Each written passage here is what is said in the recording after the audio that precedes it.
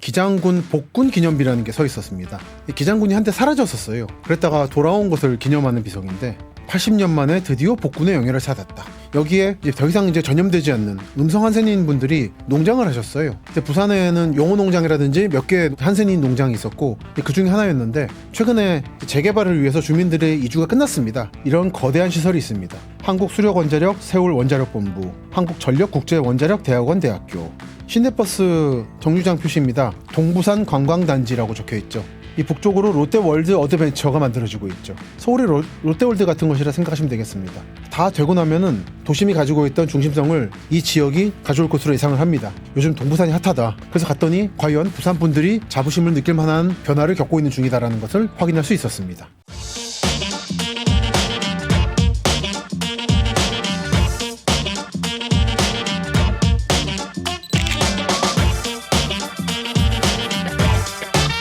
안녕하십니까. 여러분의 도시로 찾아가는 김시석입니다.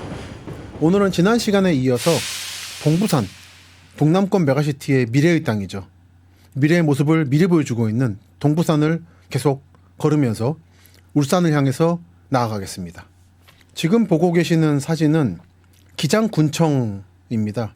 한때 호화청사라고 해서 서울 용산구, 성남시청, 그리고 경북도청 등과 함께 말이 많았던 건물이죠. 그런데 요즘 부산 기장군의 발전 상황을 보면 그 당시로서는 너무 크게 지었다, 군 차원에서 너무 크게 지은 게 아니냐라는 비판이 있었을 수 있었겠지만 지금 봐서는 미래를 예측하고 크게 잘 지었다라고 생각이 들기도 하더라고요. 그래서 예전에 20여 년 전에 이 부산 기장을 지나다가 덩그러니 있는 청사를 보고는 너무 크다 생각을 했었는데 이번에 가서 보니까 또 그렇지도 않더라고요. 누군가 미래를 예측 잘했구나 라는 생각이 들기도 했습니다. 그래서 군청 앞을 지나갔는데 이렇게 기장군 복군 기념비라는 게 서 있었습니다. 기장군이 한때 사라졌었어요.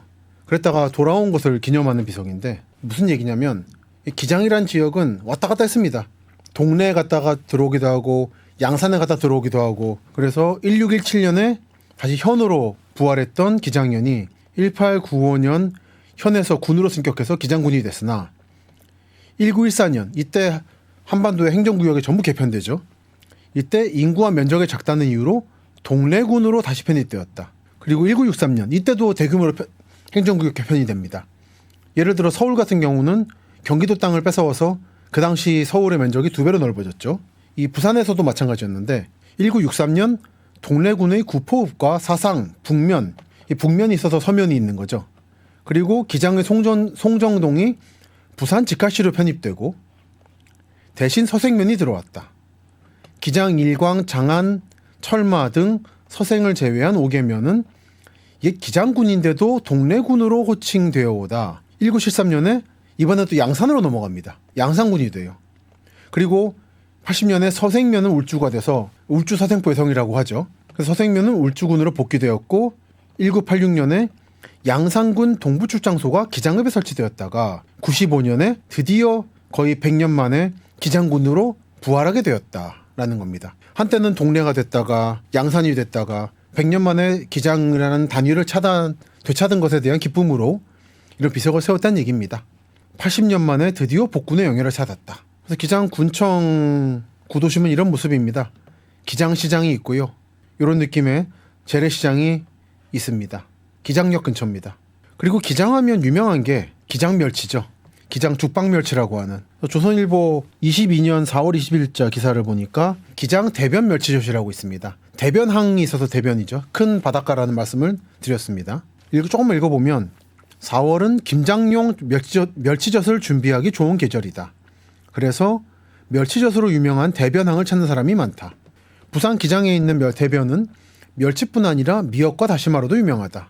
그래서 대변에서는 유자망으로 멸치를 잡는 배가 10여 척이 있다. 그러니까 배에 달아가지고 떠다니면서 물고기를 그물코, 그러니까 유자란 뜻이 흐르는 꽃이란 뜻이죠. 이 꼬치개에서 잡는다. 그래서 대변항 유자망은 그물코가 커서 봄철에는 한 뼘에 이르는 멸치를 잡힌다. 그래서 예전 부산 살 때 한번 죽방멸치 회를 먹어봤는데 멸치가 회가 되더라고요. 크다 보니까 약간 막회 느낌이 나기도 했는데 아주 맛있었습니다. 무엇보다도 멸치를 회로 먹는다는 발상이 없다 보니까 굉장히 놀랐던 기억이 나네요. 그래서 요즘 이번에 방송 준비하면서 검색을 하니까 죽방멸치라 그러면 남해 죽방멸치하고 요 기장 죽방 멸치가 유명하더군요. 저는 자세한 차이는 구분을 못하겠습니다만 근데 기장도 죽방 멸치가 유명하다라는 말씀을 드리고 넘어가겠습니다. 그래서 이게 기장 원도심. 그리고 또 기장하면은 임진왜란 때 일본군이 쌓은 외성이 유명합니다. 기장 죽성리 외성이라고. 구로다 나가마사가 세운 성이다. 인데 성이 많이 무너져가지고 그리고 또 약간 토지 분쟁이 있다 보니까 좀 접근이 어렵습니다. 그래서 예전에 살 때 좀 찾아봤는데 잘 못 찾았어요, 입구를. 그 뒤로 갈 일이 없어서 좀 아직 못 가고 있는데 이 위치를 보면 이렇게 외성이 있습니다. 있는데 제가 듣기로는 접근할 수 있는 루트가 제한되어 있다고 해요. 소유권 문제로 인해서. 이쪽이 죽성항 항구가 있고 왼쪽이 기장군청 기장역이 있습니다.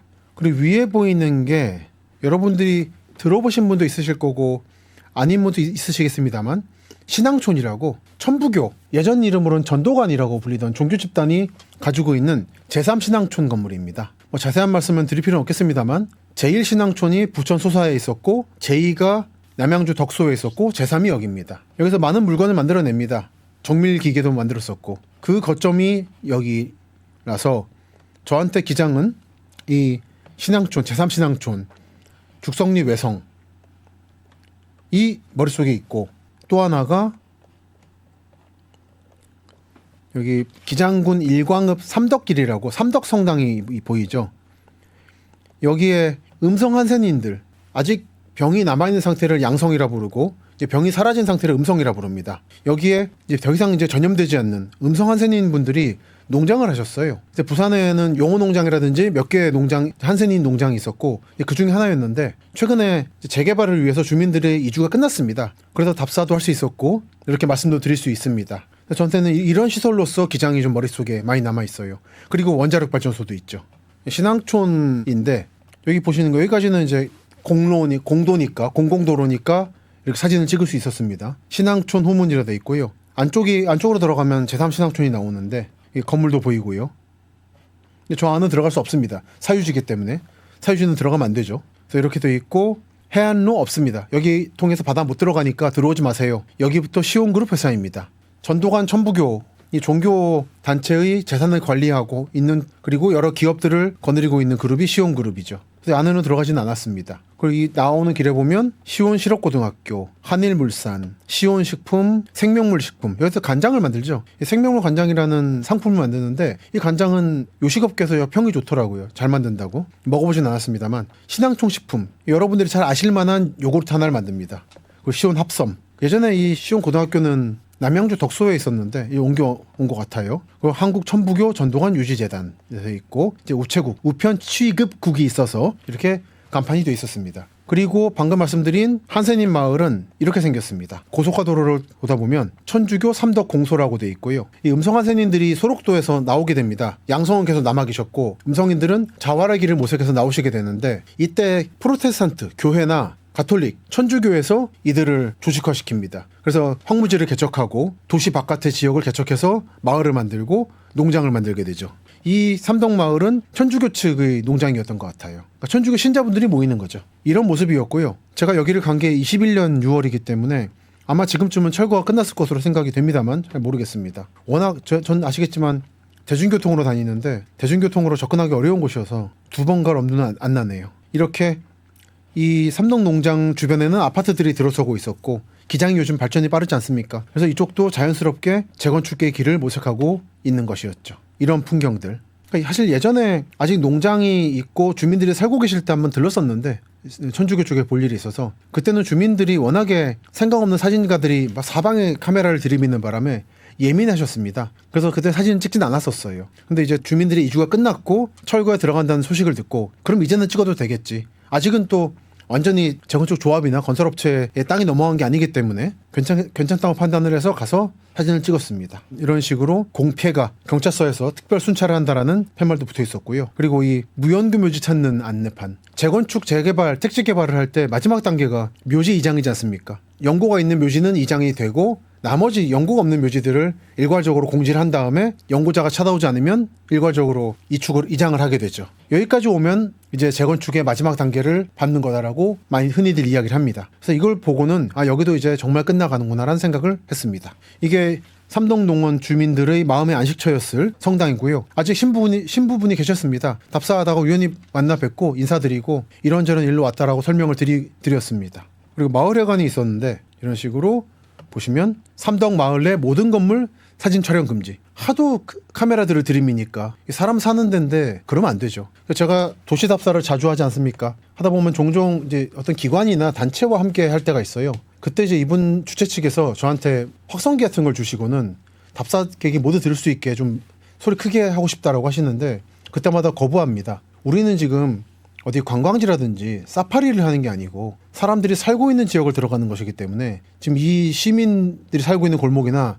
시민 한 사람 한 사람은 동물은 원숭이가 아니다. 그래서 이거는 싫다라고 거부하곤 합니다. 이 마음에 늘 새겨두어야 하는 거죠. 우리가 답사 임장하는 도시는 누군가에게 삶의 공간이라는 거. 이 삼덕농원을 답사하면서도 그런 생각을 했습니다. 이렇게 신앙촌, 제3신앙촌, 외성, 삼덕농원, 그리고 원자력발전소입니다. 요거는 지나가다가 우연히 찍은 기장 고리 핵발전소입니다. 이런 식으로 표시되어 있죠.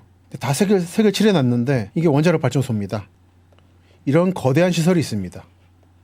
한국수력원자력 세울원자력본부, 한국전력국제원자력대학원 대학교, 한국수력원자력 고리원자력본부 등이 있고요. 원자력발전소도 보이고 이렇게 뻔히 보이는 거를 가리는 게 무슨 의미인지 모르겠습니다. 어쨌든 이런 거 하나하나가 한국이 군사적으로 그리고 국제정세적으로 민감한 위치에 자리하고 있는 국가다라는 거를 보여주는 것이죠. 그래서 이렇게 원자력발전소가 있다 보니까 여러 가지 독특한 시설이 이 지역에 들어서게 되는데요. 하나는 이런 동남권 원자력의학원, 암센터 등이 있어서 시민들에게 편의를 제공하고 있고 기장 좌천 쪽인데요. 원전지역 장애인 4개 읍면복지협회 원전 관련으로 보상금이 많이 나옵니다. 그리고 보상을 할 만한 일이 많죠. 그래서 그런 보상금을 이제 분배하는 문제에 대해서 이런 협회들이 기능을 하게 되죠. 지금 보시는 거는 좌천역 근처의 옛날 역전 마을 풍경입니다. 지금 보시는 사진은 지금으로부터 5년 전인 2019년 11월에 답사했던 동해남부선 예전엔 동해남부선 좌천역의 모습입니다. 이 건물은 지금도 남아있죠. 근데 그 당시엔 아직 주변 정비가 안 끝난 상태라 식민지 때 철길 주변에 세웠던 나무들로 잘 남아있고요. 이 나무가 있으면 옛날 철로였다는 거죠. 주변은 아직 황량한 상태였습니다. 신좌천역은 공사를 거의 끝낸 상태였고요. 올라가서 이제 과성교에 올라가서 보면 이런 느낌. 예전 역전 마을이 보이죠. 방금 보여드렸던 원자력 발전소 보상금 관련 단체도 이 역전 마을에 자리하고 있었습니다. 이런 황량한 느낌이 펼쳐져 있는 곳이었습니다. 반대는 이런 느낌. 그리고 좌천역에 갔던 이유 중 하나가 좌천역 건물도 보는 거였지만 또 하나는 옛날 여기서 일하던 철도원들이 근무하던 관사 건물을 보기 위해서였어요. 이 건물이 옛날 동해남부선 좌천역에서 근무하던 철도원들이 묵던 관사 건물입니다. 사택인 거죠. 이 경우에 좀 재밌었던 거, 흥미로웠던 것은 철도원들이 쓰던 우물이 남아 있었던 겁니다. 예전 역에 가보면 일부 역에는 이 우물이 있습니다. 유사시에 쓸 수 있도록. 증기기관차에 쓰던 급수탑하고는 다른 건데 이 우물들이 이제 더 이상 여기 기능을 안 하다 보니까 많이 없어져요. 그래서 참 이제는 보기 힘든 철도의 도시 화석 같은 겁니다. 그래서 갔는데 이미 우물은 닫혀 있는 상태였고요. 사람 아무나 들어가서 사고 나지 않도록 막아놓은 상태였습니다. 그래서 좌천역은 이런 기억이 있습니다만 얼마 전에 답사를 갔더니 정비가 끝났더라고요. 이 역전 마을이. 그래서 이런 식으로 깔끔하게 제가 예전 5년 전에 갔을 때 황무지였던 데가 정비 끝났고 역전 마을도 일부 정리가 됐던 것 같습니다. 근데 보면 이 건물은 전형적인 일본식 건물이죠. 아직 예전 동해남부선 좌천역이 만들어지면서 형성된 역전 마을의 구조가 완전히 깨지진 않았다라는 걸 확인할 수 있었습니다. 여기 위치는 좌천역 나오셔서 서쪽입니다. 이렇게 위성사진을 보시면 꼬불꼬불한 길이 보이죠. 여기가 구마을입니다. 역전 마을. 그 주변은 전부 땅을 갈아엎고 지금 택지 개발을 하고 있죠. 그래서 더 서쪽으로 들어가면 이게 좀 부산과 울산 사이에 새로 만들어지고 있는 정관신도시입니다. 교통 나쁘기로 유명한 정관신도시죠. 정관신도시는 도시화사 시즌3 처음 시작할 때 좀 깊이 말씀을 드렸습니다. 예전 개간지들이라고 뻘이었던 데를 개간을 해서 농사를 지을 수 있게 만든 들판이 있고 그 지역을 답사하러 갔더니 독전마을이라고 하는 마을 이름이 적혀있는 간판이 있는데 마을 비석이 있는데 마을은 이미 형체가 없이 공업단지로 바뀌어버렸고 마을 비석만 남아서 예전 마을의 구조를 증언하고 있었다라는 말씀을 드렸습니다. 그래서 처음에 정관신도시가 교통 상황이 어떻길래 이렇게 교통 문제가 말이 많이 나오나 싶었었는데 그래서 그거 보러 갔었는데 버스 타고 왔다 갔다 하다 보니까 이런 망향비가 보이더라고요. 그래서 얼른 기사님한테 죄송하다고 좀 내려달라고 해서 내렸습니다만 보면 방곡리의 마을 비석이에요. 부산광역시 기장군 정관면 방곡리로 유지되어 오다 부산시의 인구 분산 재개발 정책으로 2004년 2월부터 마을 전체가 타 지역으로 이주되었음 라고 적혀 있습니다. 2009년에 세웠네요. 또 어떤 향후의 회원분이 이런 글을 썼네요. 방곡 마을이여 한박산 줄기 따라 자리 잡은 삶의 터전 그 이름 영원한 방곡마을이라오. 아름답고 활기찬 옛모습 그리워라. 영원히 빛나여 오래오래 기억하소. 지금 보시는 지도는 1978년 5000분의 1 지도입니다. 보시면 정관 신도시가 들어오기 전의 마을 구조가 잘 그려져 있습니다. 정관 국민학교가 있고 방곡리라고 적혀 있죠. 면사무소가 있었고 도전공장, 방앗간이죠. 이 아래쪽 천 아래에도 일광천 아래쪽에도 도전공장이 있고 달산마을 보이고 여진들, 흥을들 그리고 제가 말씀드렸던 개간지들이 보이죠. 이런 작은 마을들이 계곡에 자리 잡고 있는 조용한 산골 마을이었습니다. 기장 면사무소에도 좀 멀고 좀 그런 동네였죠. 이 지역을 대부분 요 개간지들 서쪽 지역을 다 개발해서 만든 게 정관 신도시입니다. 지금도 보면 제가 버스 내려서 찍은 방곡마을 머릿돌은 요즘에 있었고요. 보다 보면 정관 신도시 북쪽, 서북 쪽에 이런 식으로 평천회관이라든지 정관읍 용수리 이런 데가 예전 농촌 정관 시절의 모습을 보여주고 있는 마을 구조입니다. 근데 건물도 아마 모르긴 몰라도 7, 80년대 건물들일 거고 여기서는 이제 건물들이 중요한 게 아니라 이 마을길이 남아있다는 게 중요해요. 꼬불꼬불한 상태. 왼쪽은 신도시 택지 개발된 마을. 여기는 택지 개발에서 제외돼서 예전 농촌 마을 구조가 남아있는 블럭. 이런 데가 보면 이제 밥집들이 보이죠. 청사포니, 나이공이, 카페니 어떤 식으로 용도를 찾아가는가가 요즘에 제가 농산 어촌 지역을 답사하면서 주로 보는 포인트입니다.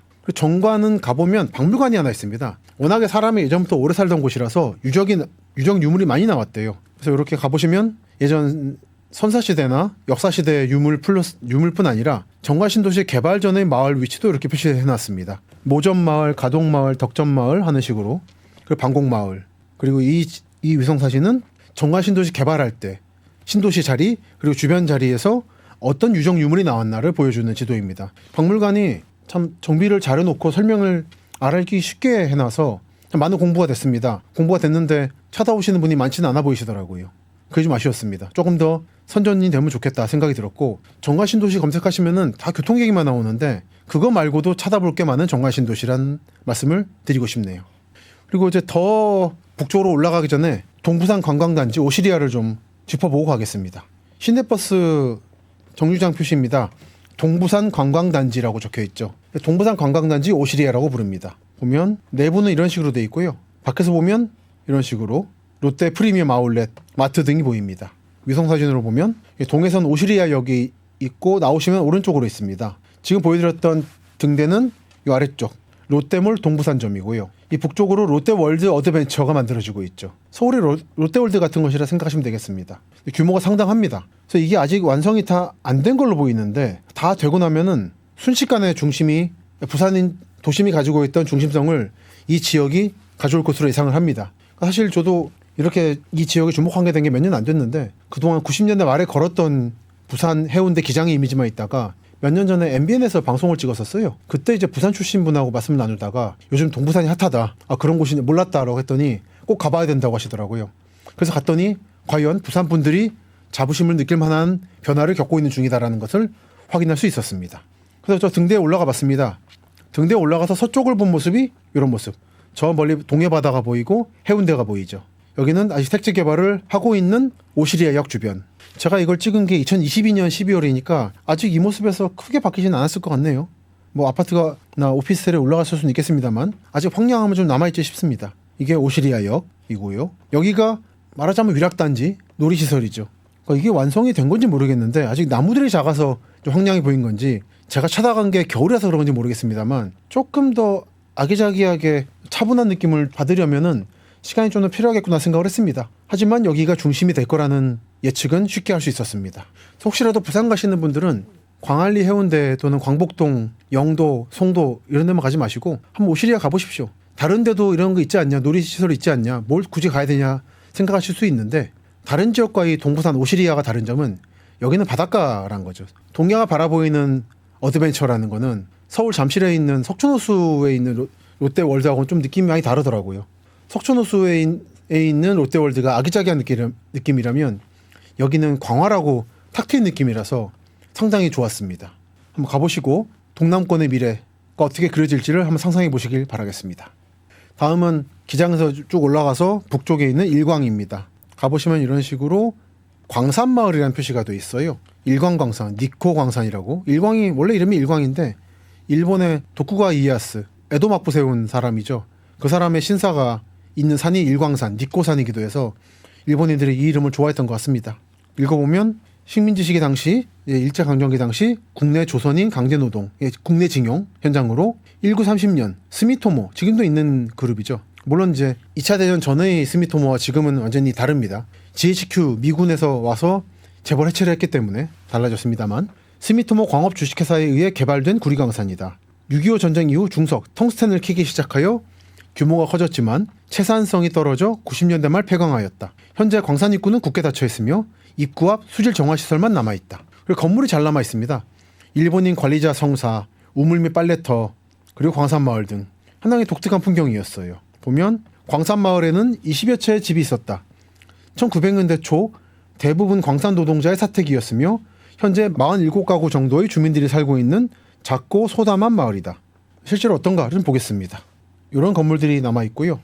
앞으로는 고가차도가 놓여 있고 이게 사무실 건물입니다. 잘 남아 있더라고요. 그러니까 거의 방치 상태인데 여기까지 찾아온 사람이 많지 않다 보니까 비교적 원형을 잘 유지하고 있는 것 같습니다. 그리고 보시면 수질 정화를 하고 있는 광해공단에서 하고 있는 현장입니다. 설명이 적혀 있죠. 이 시설물은 폐광산에서 유출되는 갱내수의 수질을 정화하기 위한 광산에 의한 광물에 의한 광해 방지 시설로서 다음 사항을 금지하오니 유의하시기 바랍니다. 수용하면 안 됩니다. 여기는 아직 물이 오염됐기 때문에 그런 얘기인데 안타깝게도 2017년 기사를 보면 폐광산 주변 농경지 쌀, 콩, 고사리 등 107톤 중금속 오염, 흔히 카드뮴 쌀이라고 하죠.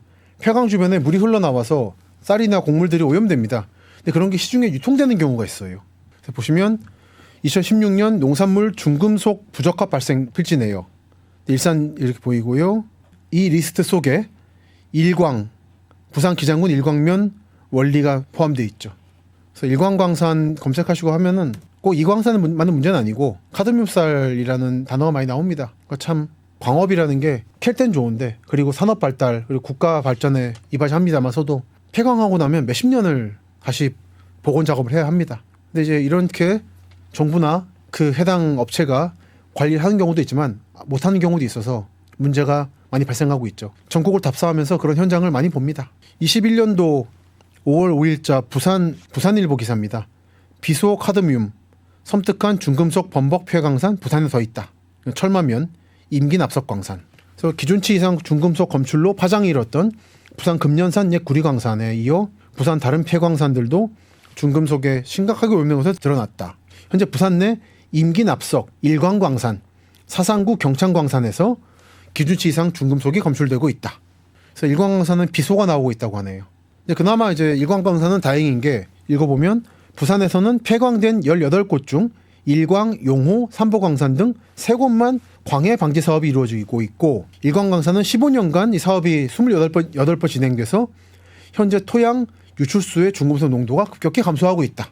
주민들을 위해서나 부산 시민들을 위해서나 다양한 일이라 하겠습니다. 다음입니다. 이제 본격적으로 울산을 향해 갑니다.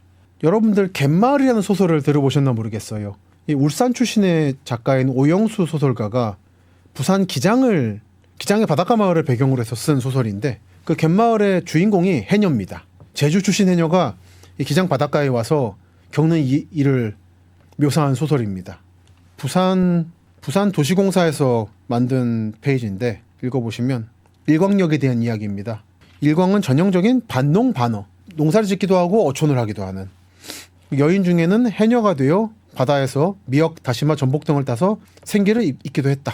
그래서 일광은 오영수 작가의 소설 갯마을의 무대이며 영화 갯마을의 촬영지이기도 하다. 서쪽으로 멀리 기차 소리를 바람결로 들으며 동해 남부선 얘기죠. 어쩌면 동해 파도가 돌각담 밑을 찰싹이는 H라는 조그만 갯마을이 있다. 갯마을 속에는 바다의 남편을 빼앗기고 억척스럽게 살아낸 갯마을 여인들의 한 맺힌 삶이 담겨 있다.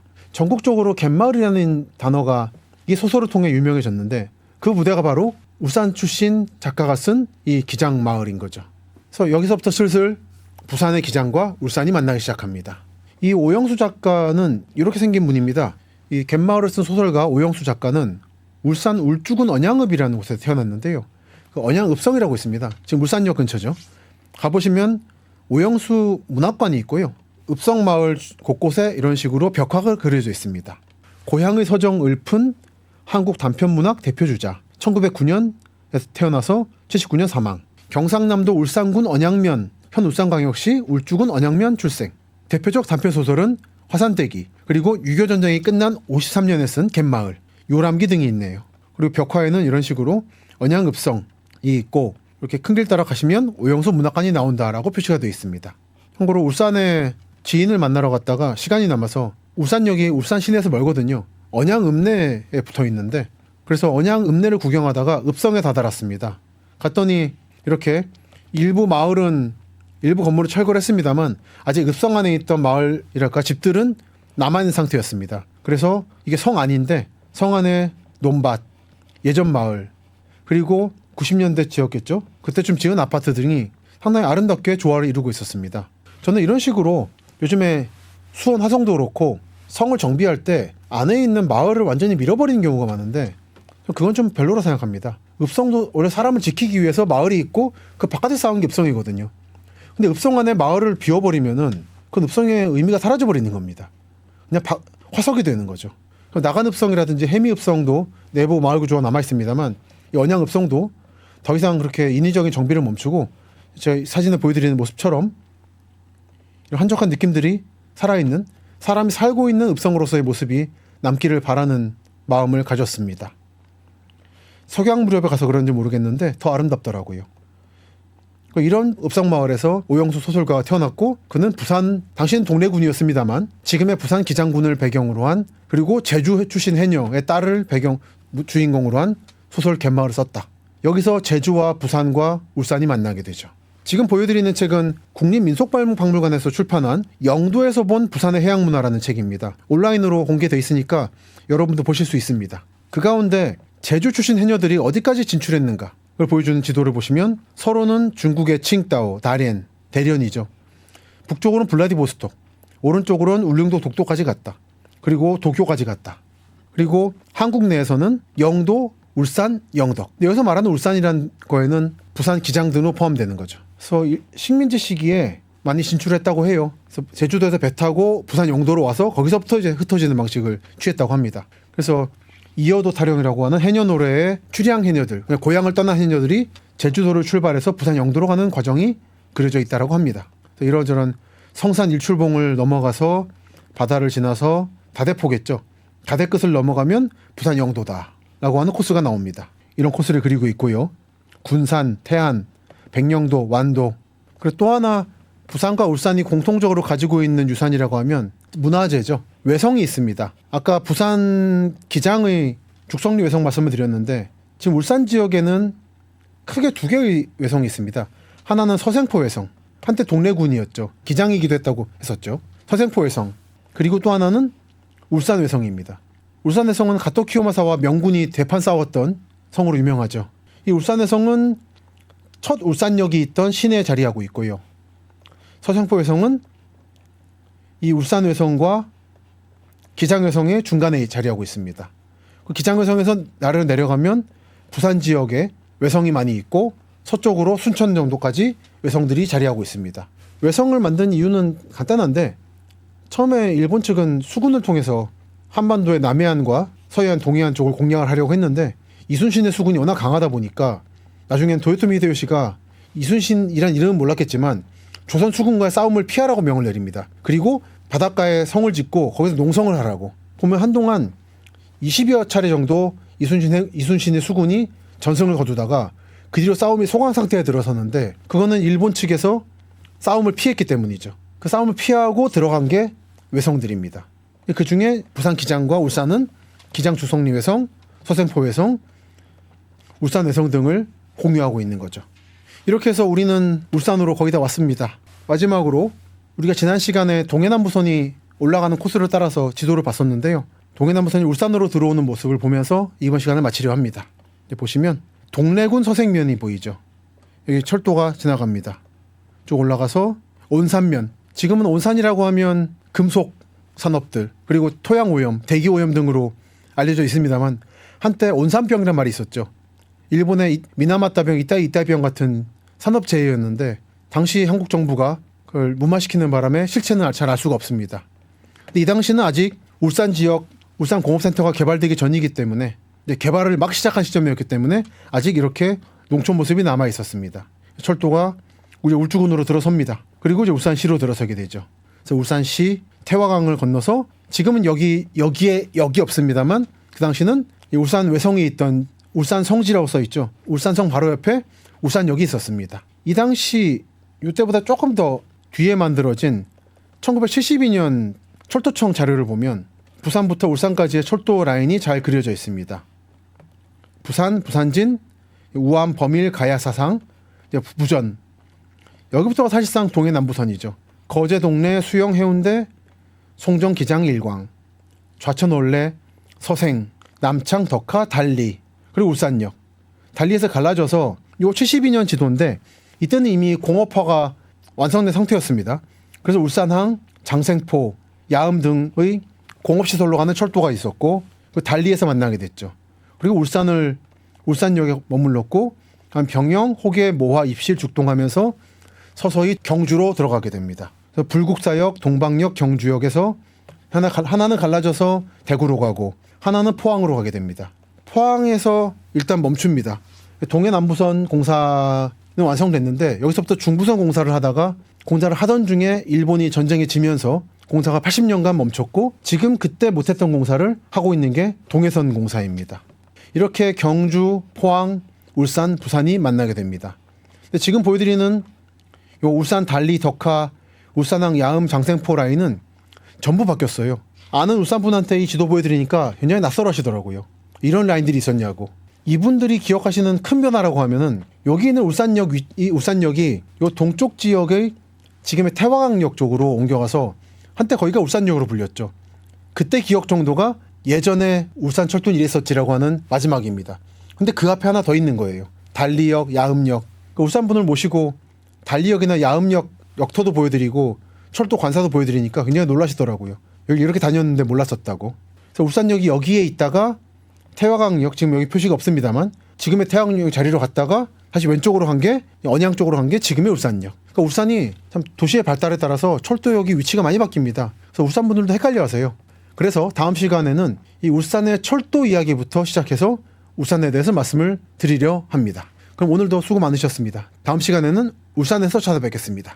감사합니다.